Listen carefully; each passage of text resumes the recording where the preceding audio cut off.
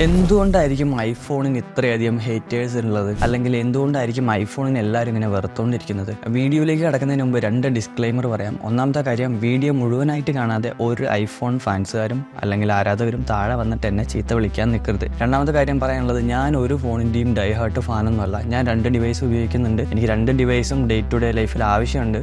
IPhone മാത്രം പിടിച്ചുകൊണ്ടിരുന്ന പല പണികളും നടക്കില്ല. അതുപോലെ തന്നെ ആൻഡ്രോയിഡ് മാത്രം നോക്കിക്കൊണ്ടിരുന്നാൽ ഈ ഐഫോണിലുള്ള ഫീച്ചേഴ്സ് ഉപയോഗിക്കാൻ പറ്റില്ല. സോ രണ്ടും ഈക്വലായിട്ട് ഉപയോഗിച്ച് പോകുന്ന ആളാണ്. നല്ലത് കണ്ടാൽ നല്ലതെന്ന് പറയും, മോശം കണ്ടാൽ മോശം തന്നെ പറയും. വീഡിയോയിൽ എന്തുകൊണ്ട് ഐഫോണിനെ വെറുക്കുന്നു എന്നതിനുള്ള 9 പോയിന്റ്സ് അല്ലെങ്കിൽ 9 കാര്യങ്ങളാണ് പറയുന്നത്. അതിനുശേഷമായിരിക്കും ഞാനൊരു കൺക്ലൂഷൻ പറയുന്നത്.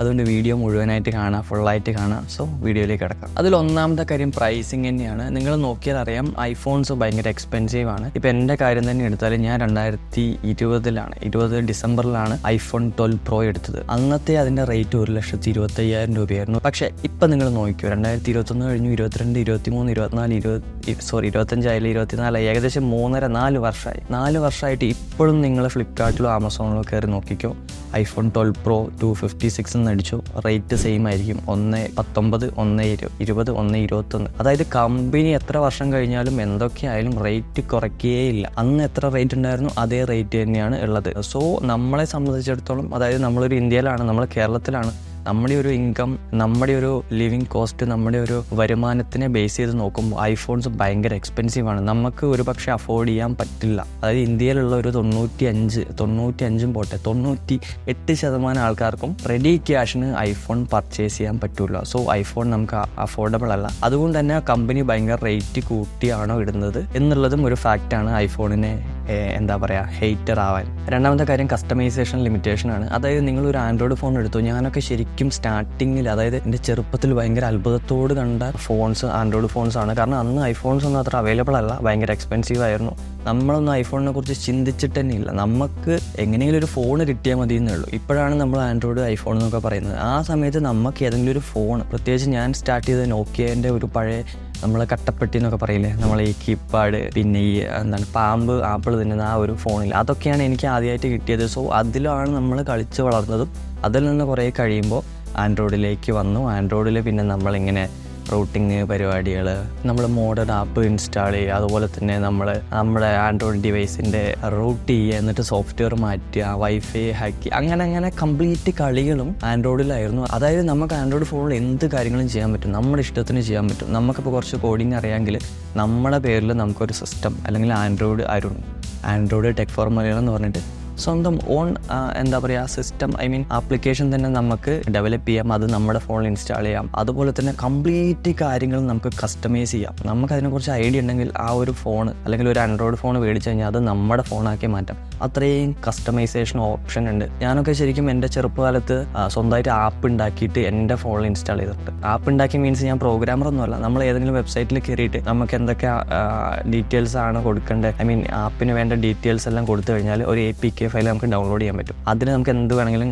കസ്റ്റമൈസ് ചെയ്യാം, നമ്മുടെ ഫോണിൽ ഇൻസ്റ്റാൾ ചെയ്യാം. അങ്ങനെ ഭയങ്കര വൈഡ് റേഞ്ച് ഓഫ് കസ്റ്റമൈസേഷൻ ആൻഡ്രോയിഡിലുണ്ട്. പക്ഷേ ഐഫോണിൻ്റെ കാര്യത്തിൽ കസ്റ്റമൈസേഷനിൽ വെറും ഭയങ്കര ബാക്കൗട്ടാന്ന് പറയും. ശരിക്കും ഇപ്പോഴാണ് ഐഫോൺ ആൻഡ്രോയിഡ് പോലെ തന്നെ കുറച്ച് കസ്റ്റമൈസേഷൻ ഓപ്ഷൻസ് ഒക്കെ വരുന്നത്. അതും ആൻഡ്രോയിഡിൽ ഒരു 10-15 വർഷം മുന്നേ ഉണ്ടായിരുന്ന കസ്റ്റമൈസേഷൻ ഓപ്ഷൻസ് ഒക്കെയാണ് ഐഫോണിൽ ഇപ്പോൾ വരുന്നത്. ആ ആപ്പ് ഇങ്ങനെ പിടിച്ച് ഡ്രാഗ് ചെയ്ത് ഇവിടെ ഇടാം, അപ്പോൾ അവിടെ ഇരിക്കും. അങ്ങനെ നമുക്ക് ശരിക്കും ആൻഡ്രോയിഡ് ഉപയോഗിക്കുന്നവർക്ക് കോമഡി തോന്നും ഇവരുടെ പുതിയ അപ്ഡേഷനൊക്കെ കാര്യങ്ങളൊക്കെ കണ്ടാൽ. സോ കസ്റ്റമൈസേഷൻ്റെ കാര്യത്തിൽ ആൻഡ്രോയിഡ് കിങ് തന്നെയാണ്. ഐഫോണിൽ ഒരു തരത്തിലുള്ള കസ്റ്റമൈസേഷനും ഇല്ല. ഇത്രയും പൈസ കൊടുത്തിട്ട്, ഇത്രയും റേറ്റ് കൊടുത്തിട്ട് ഒരു സാധനം മേടിക്കുമ്പോൾ അതിനൊരു മിനിമം കസ്റ്റമൈസേഷൻ ഓപ്ഷൻ ഇല്ല എന്ന് പറഞ്ഞാൽ അതൊരുമാതിരി ഷോക്കല്ലേ. മൂന്നാമത്തെ കാര്യം ക്ലോസ്ഡ് എക്കോ സിസ്റ്റമാണ്. iOSന് അല്ലെങ്കിൽ ആപ്പിളിൻ്റേതായ ഒരു എക്കോ സിസ്റ്റം. ആ എക്കോ സിസ്റ്റം വിട്ട് പുറത്തു പോകാനോ, ഒരു തേർഡ് പാർട്ടി ആപ്ലിക്കേഷൻ ഇൻസ്റ്റാൾ ചെയ്യാനോ, അല്ലെങ്കിൽ വേറെ എന്തെങ്കിലും ഒരു സാധനം ചെയ്യാനോ, നമ്മുടെ ഫോണൊന്നും മോഡിഫിക്കേഷൻ ചെയ്യാനോ, ജെല്ലി ബ്രേക്ക്, ഈ സാധനങ്ങളൊന്നും കമ്പനി ഒരിക്കലും സമ്മതിക്കുന്നില്ല. പക്ഷെ നേരെ മറിച്ച് ആൻഡ്രോയിഡിൽ നോക്ക്, നമുക്ക് കുറച്ച് പ്രോഗ്രാമിങ് കോഡൊക്കെ അറിയാമെങ്കിൽ നമുക്ക് ആ സോഫ്റ്റ്വെയർ തന്നെ ചേഞ്ച് ചെയ്യാം, നമ്മുടെ സാധനമാക്കി മാറ്റാം, നമുക്ക് എന്ത് വേണമെങ്കിലും കസ്റ്റമൈസ് ചെയ്യാം. പക്ഷേ ഐഫോണിൽ അവരുടേതായ ഒരു എക്കോ സിസ്റ്റം ഉണ്ട്, അവരുടേതായ ഒരു മിനിമൽ എക്കോ സിസ്റ്റം ഉണ്ട്. ആ ഒരു മിനിമൽ എക്കോ സിസ്റ്റത്തിൽ കടന്നിട്ട് നമ്മളിങ്ങനെ കളിച്ചോളാം. അവർ പ്രൊവൈഡ് ചെയ്യുന്ന അപ്ഡേറ്റിൽ വരുന്ന ചെറിയ ചെറിയ മൈന്യൂട്ട് കാര്യങ്ങൾ നമ്മൾ ചെയ്തോളണം. അതായത് അവരാണ് കംപ്ലീറ്റ് തീരുമാനങ്ങൾ എടുക്കുന്നത്. അവരുടെ ഒരു എക്കോ സിസ്റ്റത്തിലാണ് നമ്മളുള്ളത്. അവരുടെ എക്കോ സിസ്റ്റം മൊത്തത്തിൽ ഇന്റർ കണക്റ്റഡ് ആണ്. നാലാമത്തെ കാര്യം ചാർജിങ് ആൻഡ് ആക്സസറീസ് ആണ്. നമ്മളൊരു ഐഫോൺ മേടിച്ച് കഴിഞ്ഞാൽ, സത്യം പറഞ്ഞാൽ ഞാൻ ഐഫോൺ മേടിച്ച് കഴിയുമ്പോൾ ചാർജർ ഇല്ല കൂടെ. ആ ചാർജറിൻ്റെ ആ ഒരു കേബിൾ മാത്രമേ ഉള്ളൂ, ലൈറ്റ്നിങ് പോർട്ട് ആ കേബിൾ മാത്രമേ ഉള്ളൂ. നമ്മൾ അതിൻ്റെ പോർട്ട് അല്ലെങ്കിൽ ചാർജിങ് ബ്രിക്ക് നമ്മൾ സെപ്പറേറ്റ് മേടിക്കണം. അതിനൊരു 2500-3000 രൂപയുണ്ട് ഒറിജിനൽ സാധനം. ഇത്രയും പേയ്മെൻറ്റ് കൊടുത്തിട്ടായ 1,25,000 കൊടുത്തിട്ട് ഐഫോൺ മേടിച്ചിട്ട് കമ്പനി പറയാണ് ചാർജർ എക്സ്ട്രാ മേടിക്കണം. എമ്മാതിരി ാണ്. അതുപോലെ തന്നെ എന്ത് ആക്സസറീസ് എടുത്താലും ഭയങ്കര റേറ്റ് ആണ്. പിന്നെ ഈ ഐഫോണിൻ്റെ ചാർജർ പെട്ടെന്ന് നാശമാവും മീൻസ് പെട്ടെന്ന് ഒടിഞ്ഞു പോവും. അങ്ങനത്തെ പ്രശ്നങ്ങളുണ്ട് നമ്മളത് എപ്പോഴും ഉപയോഗിക്കുമ്പോൾ. സോ ഒരു ചാർജർ 2500-3000 രൂപ കൊടുത്ത് മേടിച്ചിട്ട് അതൊരു 6 മാസം ഉപയോഗിക്കുമ്പോൾ അതിൻ്റെ തീരുമാനമാവും. അപ്പോൾ നമ്മൾ പിന്നെയും 3000 രൂപ കൊടുത്തു അല്ലെങ്കിൽ 2000 രൂപ കൊടുക്കണം, പിന്നെയും ചാർജർ മേടിക്കണം. സോ നമ്മൾ ഇത്രയും ക്യാഷ് കൊടുത്തിട്ട് ഐഫോൺ മേടിക്കുകയും വേണം, ഈ ആക്സസറീസിന് എക്സ്ട്രാ പൈസയും കൊടുക്കണം എന്ന് പറയുമ്പോൾ അത് ഭയങ്കര ഒരു അത്രയും നന്നായിട്ട് തോന്നുന്നില്ല. പിന്നെ 5ാമത്തെ കാര്യം റിപ്പയർ ചാർജിങ് ആണ്. നമ്മുടെ ഐഫോൺ മേടിച്ചിട്ട് ഒരു 6 മാസം അല്ലെങ്കിൽ ഒരു വർഷം ഉപയോഗിച്ച് കഴിയുമ്പോൾ തന്നെ നമ്മൾ ബാറ്ററി ഹെൽത്ത് ചെറുതായിട്ട് കുറഞ്ഞു വരും. ഒരു 80-75 ആവും. 75 താഴെ പോയി കഴിഞ്ഞാൽ പിന്നെ നമ്മുടെ മൊബൈലിലുള്ളൊരു സ്ഥിരം നോട്ടിഫിക്കേഷനാണ് നിങ്ങളുടെ ബാറ്ററീൻ്റെ കപ്പാസിറ്റി കുറഞ്ഞു, സോ സർവീസ് ചെയ്യണമെന്ന് ആപ്പിൾ തന്നെ നമ്മളിങ്ങനെ ഇൻറ്റൻഷ്യലി പറയുന്ന പോലെ നമുക്ക് തോന്നും. അതിൻ്റെ കാരണം എന്താ? റിപ്പയറിങ്. നമ്മൾ ഐഫോൺ മേടിക്കുമ്പോൾ നമ്മൾ വിചാരിക്കും ഐഫോൺ മേടിച്ച് അതിൽ നിന്ന് കിട്ടുന്ന പ്രോഫിറ്റാണ് കമ്പനീൻ്റെ പ്രോഫിറ്റ് എന്ന്. പക്ഷേ ആക്ച്വലി അതും ഓക്കെയാണ്. അതിനെക്കാട്ടും കൂടുതലായിട്ട് ഈ സർവീസ് കോസ്റ്റ് ഭയങ്കര എക്സ്പെൻസീവാണ്. ഒരു ഡിസ്പ്ലേ പൊട്ടിപ്പോയാലോ, ജസ്റ്റ് ഒന്ന് താഴെ വീണാലോ, അതുപോലെ തന്നെ ഈ പറഞ്ഞ ബാറ്ററി ചേഞ്ച് ചെയ്യുമ്പോഴൊക്കെ എങ്ങനെയാലും ഒരു 10,000 രൂപയ്ക്ക് മുകളിൽ ചാർജ് ആവും.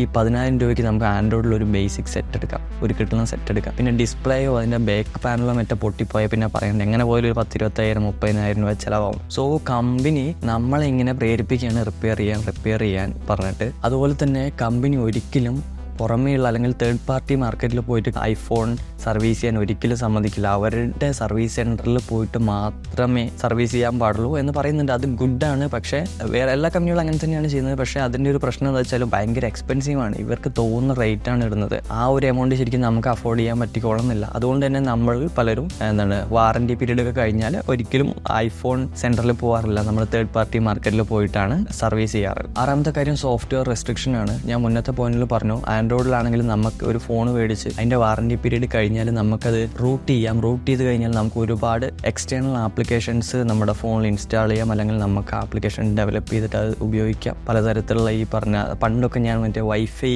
WPS എന്നൊക്കെ പറഞ്ഞ സോഫ്റ്റ്വെയർ ഒക്കെ ഫോൺ റൂട്ട് ചെയ്തിട്ട് ഇൻസ്റ്റാൾ ചെയ്യായിരുന്നു. എന്തിനാണ്? നമുക്കിപ്പോൾ ഒരു വൈഫൈൻ്റെ പാസ്വേഡ് അറിയില്ലെങ്കിൽ നമുക്ക് ആ ആപ്ലിക്കേഷൻ ഉപയോഗിച്ചിട്ട് ആ വൈഫൈൻ്റെ പാസ്വേഡ് സിമ്പിളായിട്ട് കാണാനും അത് ഉപയോഗിക്കാനും ആ വൈഫൈ നെറ്റ്വർക്കിലേക്ക് കയറാനൊക്കെ പറ്റുമായിരുന്നു. അങ്ങനെ കുറേ ഓപ്ഷൻസ് ഒക്കെ ഉണ്ടായിരുന്നു. പക്ഷേ ഐഫോണിൽ ഒരു തേർഡ് പാർട്ടി ആപ്ലിക്കേഷനും കമ്പനി സമ്മതിക്കില്ല. നമ്മുടെ ഐഫോൺ എങ്ങാനും ജെല്ലി ബ്രേക്ക് മീൻസ് നമ്മൾ ആ സോഫ്റ്റ്വെയറിൻ്റെ, അതായത് അവരുടെ ആ ഒരു OSൻ്റെ പിന്നെ കീ അല്ലെങ്കിൽ അതിൻ്റെ ഒരു താക്കോൽ നമ്മളങ്ങ് എടുക്കുകയാണ്. നമ്മൾ ജെല്ലി ബ്രേക്ക് ചെയ്ത് കഴിഞ്ഞാൽ പിന്നെ നമുക്ക് അതിൻ്റെ ഉള്ളിലേക്ക് എന്ത് വേണമെങ്കിലും അതിനെക്കുറിച്ച് ഐഡിയ ഉണ്ടെങ്കിൽ കസ്റ്റമൈസ് ചെയ്യാനുള്ള ഒരു ഓപ്ഷൻ ഉണ്ട്. പക്ഷേ ജെല്ലി ബ്രേക്ക് ചെയ്ത് കഴിഞ്ഞാൽ ഫോൺ ഒന്നെങ്കിലും ബ്രേക്കായി പോകും, അല്ലെങ്കിൽ വാറൻറ്റിയും കിട്ടൂല, എവിടെയും സർവീസും കിട്ടാത്ത ഒരു സ്ഥിതിയാണ്. ആൻഡ്രോയിഡ് അതിനൊക്കെ അടിപൊളിയാണ്. പിന്നെ 7ാമത്തെ കാര്യം, നമ്മളൊരു ആപ്പിൾ ഡിവൈസ് മേടിച്ച് കഴിഞ്ഞാൽ നമ്മൾ അറിയാതെ തന്നെ ആപ്പിൾ കമ്പനി പുതിയ മോഡൽസ് എടുക്കാൻ നമ്മൾ അറിയാണ്ട് തന്നെ പ്രേരിപ്പിക്കുന്നുണ്ട്. അതുപോലെ തന്നെ ആപ്പിളിൻ്റെ എല്ലാ പ്രൊഡക്ട്സും എടുക്കാൻ പ്രേരിപ്പിക്കുന്നുണ്ട്. ഫോർ എക്സാമ്പിൾ, ഞാൻ ഐഫോൺ എടുത്തു, കുറേ കഴിഞ്ഞപ്പോൾ ഞാൻ എയർപോഡ് എടുത്തു, അത് കഴിഞ്ഞപ്പോൾ ഞാൻ മാക് എടുത്തു. പിന്നെ iWatch എനിക്ക് എടുക്കാൻ പറ്റിയിട്ടില്ല, ക്യാഷ് ഇല്ലാത്തതുകൊണ്ട് ഞാൻ iWatch മേടിച്ചിട്ടില്ല. പക്ഷേ iWatch എടുക്കണം എന്ന് എനിക്കുണ്ട്. കാരണം നമ്മൾ അറിയാതെ തന്നെ അവരുടെ എല്ലാ പ്രൊഡക്റ്റുകളും നമ്മളെ കൊണ്ട് എടുപ്പിക്കാൻ നോക്കുന്നുണ്ട്, വാങ്ങിക്കാൻ ബൈ ചെയ്യാൻ നോക്കുന്നുണ്ട്. അതിൻ്റെ ഏറ്റവും വലിയൊരു എക്സാമ്പിളാണ് ഇപ്പോൾ iPhone 16 Pro ഇറങ്ങി. ഞാൻ ഉപയോഗിക്കുന്ന iPhone 12 Pro ആണ്. കുറച്ച് കാര്യങ്ങളൊക്കെ എക്സ്ട്രാ ഉണ്ടെങ്കിലും ഒരു നോർമൽ ഉപയോഗത്തിന് ഇതിൻ്റെ അതേ ഫീച്ചേഴ്സ് തന്നെയാണ് അതിലും കിട്ടുന്നത്. അതിൽ കുറച്ച് ഫീച്ചേഴ്സ് കൂടുതലുണ്ടാവും. പുതിയ സാധനങ്ങളും AI, ആപ്പിൾ ഇൻ്റലിജൻ്റ് ഒക്കെ വന്നിട്ടുണ്ടെങ്കിൽ പോലും ഒരു നോർമൽ ആവറേജ് മൊബൈൽ യൂസറെ സംബന്ധിച്ചിടത്തോളം ഈ സാധനത്തിലുള്ള കാര്യവും അതിലുള്ള കാര്യവും ഒക്കെ സെയിം ആണ്. ക്യാമറേൻ്റെ കാര്യങ്ങളാണെങ്കിലും ബാക്കി ഒപ്റ്റിമൈസേഷൻ കാര്യങ്ങളാണെങ്കിലും മൊത്തത്തിലെല്ലാം സെയിം ആണ്. വലിയ വ്യത്യാസമൊന്നും ഇല്ല. അത് ഡിസൈനിലാണെങ്കിൽ പോലും. അതായത് പറഞ്ഞു വരുന്നത് എന്താ വെച്ചാൽ, നിങ്ങളിപ്പോൾ 1 ലക്ഷം അല്ലെങ്കിൽ ഒരു 1.5 ലക്ഷം ഒക്കെ കൊടുത്തിട്ട് ഒരു iPhone 16 Pro വാങ്ങിയെന്ന് വെച്ചോ, ഒരു 6 മാസം ഒരു വർഷം കഴിയുമ്പോൾ 17 Pro ഇറങ്ങും, അല്ലെങ്കിൽ 17 Pro ഇറങ്ങും. ആ Pro ഇറങ്ങും കമ്പനി പറയും ഇതാണ് ഏറ്റവും കിടിലം ഫോൺ മക്കളെ, ഇത് വാങ്ങിക്കുമെന്ന് പറയും. അപ്പോൾ നിങ്ങൾ 16 Pro മേടിച്ച് നിങ്ങൾ ആരായി? നിങ്ങൾക്ക് പിന്നെ അത് മേടിക്കാണ്ടിരിക്കാനും പറ്റൂല. കാരണം പുതിയ മോഡൽ ഇറങ്ങുമ്പോൾ അത് പുതിയ ആൾക്കാർ ഉപയോഗിക്കും. അപ്പോൾ അത് ഭയങ്കര സംഭവമായിട്ട് പൊക്കിയടിക്കും. അപ്പോൾ നിങ്ങൾ അറിയാണ്ട് തന്നെ അയ്യോ 16 Pro എടുത്തിന്, ഇപ്പോൾ 17 Pro ഇറങ്ങി, ഇപ്പോൾ അത് എടുക്കണമല്ലോ എന്ന് നിങ്ങളൊരു സൈക്കോളജി വർക്കൗട്ട് ആവും. നിങ്ങൾ ആ ഫോൺ വാങ്ങിക്കാൻ ട്രൈ ചെയ്യും. വാങ്ങുന്നൊന്നും പറയുന്നില്ല, ട്രൈ ചെയ്യും. സോ അത് കമ്പനീൻ്റെ ഒരു സൈക്കോളജിക്കൽ മൂവ് ആണ്. പിന്നെ നമ്മുടെ 8ാമത്തെ കാര്യം ബാറ്ററി ലൈഫാണ്. എനിക്ക് സംഭവം ഞാൻ ഐഫോണും ആൻഡ്രോയിഡൊക്കെ ഉപയോഗിക്കുന്നുണ്ടെങ്കിലും ഐഫോണിൽ ഇഷ്ടപ്പെടാത്തൊരു കാര്യം ചാർജിങ് ആണ്. അതിന് ബാറ്ററി ബാക്കപ്പ് വളരെ കുറവാണ്. ഇപ്പോൾ ലേറ്റസ്റ്റ് ഫോണിലൊക്കെ അത്യാവശ്യം ബാക്കപ്പ് ഉണ്ട്. ഇപ്പോൾ എയർപോഡിലാണെങ്കിലും ഞാൻ ഉപയോഗിക്കുന്ന മാക്ബുക്കിലാണെങ്കിലും ബാറ്ററി കപ്പാസിറ്റി ഭയങ്കര ശോകം തന്നെയാണ്. ഒരു ദിവസം എൻ്റെ ഫോൺ ഞാൻ മിനിമം ഒരു 3 തവണയെങ്കിലും ചാർജ് ചെയ്യേണ്ടി വരും. എന്തൊക്കെയാണെങ്കിലും ഇപ്പോൾ ലേറ്റസ്റ്റ് 16 Pro ശരിക്കും ഞാൻ കയ്യിൽ വെച്ച് നോക്കിയിട്ട് ഉപയോഗിച്ചിട്ടൊന്നുമില്ല. എന്തൊക്കെയാണെങ്കിലും അതിൻ്റെ ഫീഡ്ബാക്ക് അത് ഉപയോഗിച്ച ആൾക്കാർ പറഞ്ഞത് എന്താണെന്ന് വെച്ചാൽ ദിവസം മിനിമം ഒരു 1.5 സമയമെങ്കിലും, അതായത് ഒരു ഫുൾ ചാർജ് ആക്കണം, പിന്നെ രാത്രി ഒന്നും കൂടി ചാർജ് ആക്കണം എന്നുള്ളൊരു സീനാണ്. പക്ഷേ ആൻഡ്രോയിഡിലാണെങ്കിൽ അതിനെക്കാട്ടും കുറച്ചുകൂടി ബാറ്ററി ലൈഫ് കൂടുതലായിട്ട് എനിക്ക് തോന്നുന്നുണ്ട്.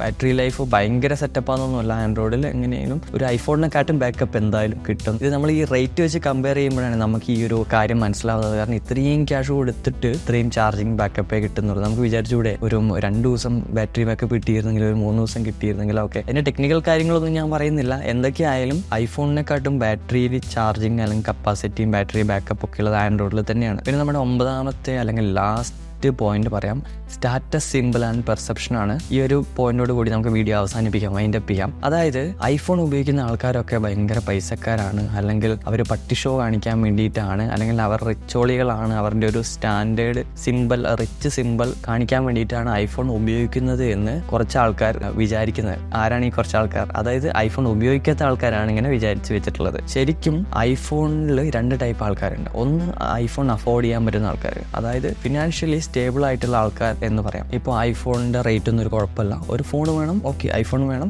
റെഡി ക്യാഷ് കൊടുക്കുന്നു, മേടിക്കുന്നു എന്നുള്ള ടീം. അവർ ശരിക്കും ഐഫോൺ അല്ലെങ്കിൽ അതിൻ്റെ ഒരു ഇത് കണ്ടിട്ടൊന്നും ആയിരിക്കില്ല, അവരുടെ ഒരു സ്റ്റാറ്റസിന് പറ്റിയൊരു ഫോൺ ഓക്കെ ഉപയോഗിക്കുക എന്നുള്ള സീനിൽ എടുക്കുന്ന ആൾക്കാരായിരിക്കും. 2ാമത്തെ ടൈപ്പ് ആൾക്കാർ ഐഫോൺ റെഡി ക്യാഷ് കൊടുത്ത്, അതായത് അഫോർഡ് ചെയ്യാനുള്ള ഒരു സെറ്റപ്പ് ഇല്ല, അതിനുള്ള ഒരു എമൗണ്ട് ഇല്ല. അപ്പോൾ അവരെന്ത് ചെയ്യും, EMI ഇട്ടിട്ടും അല്ലെങ്കിൽ വേറെ എന്തെങ്കിലുമൊക്കെ ചെയ്തിട്ട് എങ്ങനെയെങ്കിലുമൊക്കെ പണിയെടുത്തിട്ടും പട്ടിപ്പണി എടുത്തിട്ടൊക്കെ ഇവർ ഐഫോൺ മേടിക്കും. ഇവർ ഐഫോൺ മേടിച്ചിട്ട് ഇവരെന്ത് ചെയ്യും, ഇവരെ വക ഒരു ഷോ ഇറക്കലുണ്ട്. അവരാണ് ശരിക്കും ഈ ഒരു നമ്മുടെ മലയാളത്തിൽ പറഞ്ഞ ഷോ ഇറക്കുന്ന ആൾക്കാർ. അതായത് ഐഫോൺ പിടിച്ച് വീഡിയോ എടുക്കുന്നു, സെൽഫി മിറർ വീഡിയോ എടുക്കുന്നു, അതുപോലെ തന്നെ ഐഫോൺ ഇങ്ങനെ പൊക്കി അടിക്കുന്നു, ആൻഡ്രോയിഡുകാരെ കുറ്റം പറയുന്നു, ഇങ്ങനത്തെ ടീംസ് ഉണ്ട്. സോ ഐഫോണിൽ തന്നെ 2 ടൈപ്പ് ആൾക്കാരുണ്ട്. ഒന്ന് ഈ പറഞ്ഞ പോലെ ഫിനാൻഷ്യലി സ്റ്റേബിൾ ആയിട്ടുള്ള ആൾക്കാർ, അവരിപ്പോൾ ഐഫോൺ അല്ല, അവരിപ്പോൾ എത്ര റേറ്റുള്ള ഐഫോൺ വന്നാലും അവരെടുക്കും, അവർ റെഡി ക്യാഷിന് എടുക്കും. പക്ഷേ ഈ 2ാമത്തെ ടൈപ്പ് ആൾക്കാർക്ക് അത് അഫോർഡ് ചെയ്യാൻ പറ്റൂല. പ്രത്യേകിച്ച് ഇന്ത്യ എന്ന് പറയുന്ന ഒരു ഡെവലപ്പിംഗ് കൺട്രിയാണ്. അതായത് ഇന്ത്യ ഒരിക്കലും ഡെവലപ്ഡ് ആയിട്ടില്ല, ഡെവലപ്ഡ് കൺട്രി അല്ല, ഡെവലപ്പിംഗ് കൺട്രിയാണ്, ഗ്രോയിങ് കൺട്രിയാണ്. സോ ഇന്ത്യയിൽ ഒരു 95% ആൾക്കാരും പാവങ്ങളാണ്, അല്ലെങ്കിൽ ബിലോ ആവറേജ് ഇൻകം മേടിക്കുന്ന ആൾക്കാരാണ്. ഇന്ത്യയിലെ ഒരു പെർ ക്യാപിറ്റൽ ഇൻകം എന്ന് പറയുന്നത് ഒരു 10,000 മുതൽ 17,000 രൂപ വരെയാണ്. എന്താണ് പെർ ക്യാപിറ്റൽ ഇൻകം എന്ന് വെച്ചാൽ, പിന്നെ നമ്മുടെ ഇന്ത്യയിലെ മൊത്തം വരുമാനത്തെ ഇവിടുത്തെ പോപ്പുലേഷൻ വെച്ച് ഡിവൈഡ് ചെയ്യുമ്പോൾ കിട്ടുന്ന ഒരു എമൗണ്ട് ആണ്. അതാണ് ഇത് കറക്റ്റ് ഒന്നും അല്ല, ഏകദേശം ഒരു ഐഡിയ ആണ് പറയുന്നത്. പിന്നെ ഈ ഒരു എമൗണ്ടിന്റെ കാര്യം കേട്ടോ. സോ ഒരു 10,000 രൂപ കിട്ടുന്ന ഒരാൾ ഒരു മാസം 10,000 രൂപയാണ് അവൻ്റെ ഇൻകമെങ്കിൽ 1.5 ലക്ഷം രൂപ വിലയുള്ള ഫോൺ അവന് ഒരിക്കലും അഫോർഡ് ചെയ്യാൻ പറ്റൂല. അതാണ് പറഞ്ഞത്, ഇന്ത്യയിലെ 95% ആൾക്കാർക്കും റെഡി ക്യാഷ് കൊടുത്തിട്ട് ഐഫോൺ മേടിക്കാൻ പറ്റൂല, അവർക്കത് പോസിബിൾ അല്ല. അപ്പോഴാണ് ഈ പറഞ്ഞ EMI ഇട്ടിട്ടും അതുപോലെ തന്നെ എന്തെങ്കിലും ബിഗ് ബില്യൺ ഡേയ്സിലൊക്കെ നോക്കിയിരുന്ന് മേടിക്കുന്നത്, അല്ലെങ്കിൽ വേറെ എന്തെങ്കിലും സാധനങ്ങൾ വിറ്റിട്ടൊക്കെ ഐഫോൺ മേടിക്കുന്ന ആൾക്കാരുണ്ട്. പിന്നെ ഇതിൻ്റെ ഇടയ്ക്ക് 3ാമത്തെ ഒരു ടൈപ്പ് ആൾക്കാരുണ്ട്. ഇവർ ശരിക്കും പ്യൂർലി ഫോർ അവരുടെ ഉപയോഗത്തിനാണ് ഐഫോൺ ഉപയോഗിക്കുന്നത്. അതെന്താണെന്ന് വെച്ചാൽ ഐഫോണിന് എന്തൊക്കെ പറഞ്ഞാലും ആൻഡ്രോയിഡിനെക്കാട്ടും കിഡു ക്യാമറയുണ്ട്. അതിപ്പോൾ എന്തൊക്കെ പറഞ്ഞാലും ഐഫോൺ ക്യാമറയിൽ ഭയങ്കര സെറ്റപ്പാണ്. സെറ്റപ്പ് മീൻസ് നല്ല ക്വാളിറ്റിയാണ്. ഇപ്പം ഞാൻ തന്നെ ഇത്രയും ക്യാഷ് കൊടുത്ത് ശരിക്കും എനിക്ക് പോലും ഐഫോൺ അഫോർഡബിൾ അല്ല എന്ന് ഞാൻ പറയും. പക്ഷെ എന്നാലും ഞാൻ മേടിച്ചത് എൻ്റെ ഈ പറഞ്ഞ കണ്ടന്റ് ക്രിയേഷനും എൻ്റെ ഈ വീഡിയോ എടുക്കാനും അതിൽ നിന്ന് എന്തെങ്കിലുമൊക്കെ ബെനിഫിറ്റ് കിട്ടാൻ വേണ്ടിയിട്ടാണ് ഞാൻ ഐഫോൺ എടുത്തിട്ടുള്ളത്. പിന്നെ നമ്മൾ ഈ നെഗറ്റീവ് കാര്യങ്ങൾ പറയുമ്പോൾ ഐഫോണിൻ്റെ പോസിറ്റീവ് കാര്യങ്ങളും കൂടി പറയണമല്ലോ. പോസിറ്റീവ് കാര്യത്തിൽ 3 കാര്യങ്ങളാണ് എനിക്ക് ഇഷ്ടപ്പെട്ടത്. ഒന്ന് ക്യാമറയാണ്. ക്യാമറ എന്ന് വെച്ചാൽ എന്തൊക്കെ പറഞ്ഞാലും ആൻഡ്രോയിഡിനെക്കാട്ടും കിഡു ക്യാമറ ക്വാളിറ്റി അല്ലെങ്കിൽ വീഡിയോ ക്വാളിറ്റിയാണ്. 2ാമത്തെ കാര്യം ഇവരുടെ ഒരു എക്കോ സിസ്റ്റമാണ്. എക്കോ സിസ്റ്റം മീൻസ് ഞാനിപ്പോൾ ഐഫോൺ ഉപയോഗിക്കുന്നുണ്ട്, എയർപോഡ് ഉണ്ട്, അതുപോലെ തന്നെ ലാപ്ടോപ്പ് ഉണ്ട്. നമ്മളൊരു ഫയൽ ഷെയർ ചെയ്യുമ്പോൾ ഇപ്പം നിങ്ങളൊരു ആൻഡ്രോയിഡ് ടു വിൻഡോസ് ആണെങ്കിൽ നിങ്ങൾ കേബിൾ വഴി ചെയ്യണം, അല്ലെങ്കിൽ നിയർ ബൈ ഷെയർ ഉണ്ട്, എന്തൊക്കെ ഉണ്ടെങ്കിൽ പറഞ്ഞാലും എയർ ഡ്രോപ്പ് എന്ന് പറഞ്ഞൊരു സംഗതി ഈ ഒരു ഐഫോണിലുണ്ട്. ഐഫോണിൽ നമ്മളിപ്പോൾ ഒരു വീഡിയോ എടുത്ത് ഒരു 2 GB ഉണ്ടെന്ന് നോക്കാം, ജസ്റ്റ് ഒരു 10-15 സെക്കൻഡ് കൊണ്ട് നമുക്ക് ജസ്റ്റ് ഇവിടുന്ന് ഒരു എയർ ഡ്രോപ്പ് ഓൺ ചെയ്യാം, മാക്കിൽ എയർ ഡ്രോപ്പ് ഓൺ ചെയ്താൽ ഷൂ എന്ന് പറഞ്ഞിട്ട് അങ്ങ് പോകും. ഭയങ്കര ഇന്റർ കണക്റ്റഡ് ആണ് ഇവരുടെ ഒരു എക്കോ സിസ്റ്റം. അതുപോലെ തന്നെ നമ്മൾ എയർപോഡ് ഉപയോഗിക്കുന്നുണ്ട്. എയർപോഡ് ആൻഡ്രോയിഡിലെ നോർമൽ വയർലെസ് ഹെഡ്ഫോണിനെക്കാട്ടും വേ ബെറ്റർ ആണ് എയർപോഡിൻ്റെ സൗണ്ട് ക്വാളിറ്റി എന്നൊക്കെ പറയുന്നത്. പിന്നെ ഐഫോണിൻ്റെ മറ്റൊരു പ്രത്യേകത ഭയങ്കര ഒപ്റ്റിമൈസ്ഡ് ആണ്. ഒപ്റ്റിമൈസ്ഡ് മീൻസ് അത് ശരിക്കും നിങ്ങളൊരു ഐഫോണും ഒരു ആൻഡ്രോയിഡും എടുത്ത് നോക്കിക്കോ. ഒപ്റ്റിമൈസേഷൻ എന്ന് പറയുമ്പോൾ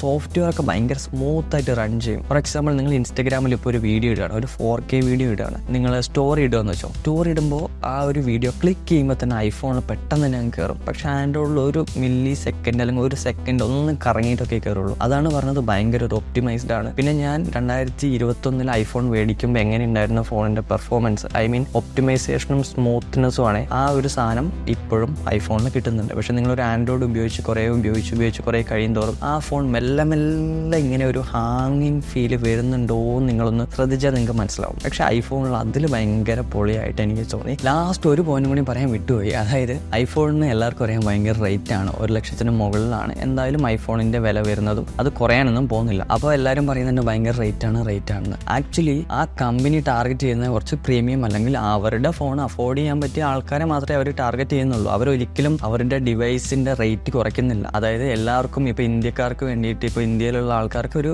റേറ്റ് അവരെ അഫോർഡ് ചെയ്യാൻ പറ്റില്ല എന്നറിയാം. എന്നിട്ട് പോലും ഐഫോൺ ഒരിക്കലും റേറ്റ് കുറയ്ക്കുന്നില്ല. പണ്ടത്തെ ഞാൻ എടുത്ത ഫോണിന് 1,25 ഇപ്പോഴും 4 വർഷത്തിന് ശേഷം 1,25. അതിൽ നിന്ന് നമുക്ക് എന്ത് മനസ്സിലാക്കണം? ഐഫോൺ കമ്പനി ഒരിക്കലും അവരുടെ റേറ്റ് കുറയ്ക്കുന്നില്ല. അവരുടെ ആ ഒരു എമൗണ്ട് അഫോർഡ് ചെയ്യാൻ പറ്റുന്ന ആൾക്കാരെ മാത്രമേ, അല്ലെങ്കിൽ ഒരു പ്രീമിയം ആൾക്കാരെ മാത്രമേ അവർ ടാർഗറ്റ് ചെയ്യുന്നുള്ളൂ. അതാണ് അവരുടെ ഓഡിയൻസ്. പക്ഷേ ഇത് അഫോർഡ് ചെയ്യാൻ പറ്റാത്ത ആൾക്കാരെന്താ വിചാരിക്കുന്നത്, പ്രത്യേകിച്ച് ഇന്ത്യക്കാരെന്താ വിചാരിക്കുന്നത്? ഐഫോൺ അത്ര റേറ്റ് ആണ്, 1,00,000 മുകളിലാണ്, അതിൻ്റെ ഫീച്ചേഴ്സ് ഉണ്ടോ, പിന്നെ ആൻഡ്രോയിഡിന് അതിനെക്കാട്ടും ഫീച്ചേഴ്സ് ഉണ്ട്, എല്ലാം ശരിയാണ്. പക്ഷേ അവരുടേതായ ഒരു ഓഡിയൻസിനെയാണ് ടാർഗറ്റ് ചെയ്യുന്നത്. നമ്മളൊരിക്കലും ടാർഗറ്റ് ചെയ്യുന്നില്ല. പിന്നെ ഓരോ കമ്പനിക്കും അവർക്കായിട്ട് കൊടുക്കുന്ന ഒരു വാല്യൂ ഉണ്ട്, അവരുടേതായ ഒരു വിഷൻ ഉണ്ട്, അവരുടേതായ ഒരു ഓഡിയൻസ് ഉണ്ട്. അത് അവർ തീരുമാനിക്കും. റേറ്റ് ഇപ്പോൾ അവർ തീരുമാനിച്ചു വെച്ചിട്ട് നമുക്ക് പ്രത്യേകിച്ച് ഒന്നും ചെയ്യാൻ പറ്റില്ല. നമുക്ക് അഫോർഡബിൾ അല്ലെങ്കിൽ നമ്മൾ വിട്ടുകളയുക, നമുക്ക് അഫോർഡ് ചെയ്യാൻ പറ്റുവാണെങ്കിൽ വാങ്ങിക്കുക എന്നൊരു സീൻ മാത്രമേ ഉള്ളൂ. അപ്പോൾ വീഡിയോ എല്ലാവർക്കും ഇഷ്ടമായിട്ടുണ്ടാവും എന്ന് വിചാരിക്കുന്നു. വീഡിയോ ഇഷ്ടമായിട്ടുണ്ടെങ്കിൽ ലൈക്ക് ചെയ്യുക, നിങ്ങളുടെ അഭിപ്രായങ്ങളൊക്കെ അടിയിൽ കമൻറ്റ് ചെയ്യുക. അത് ഭയങ്കര ഇമ്പോർട്ടൻ്റ് ആണ്. കാരണം എനിക്കും വായിക്കാമല്ലോ, അതുപോലെ തന്നെ വീഡിയോ കാണുന്ന മറ്റുള്ള ആൾക്കാർക്കും അത് വായിക്കാൻ പറ്റും.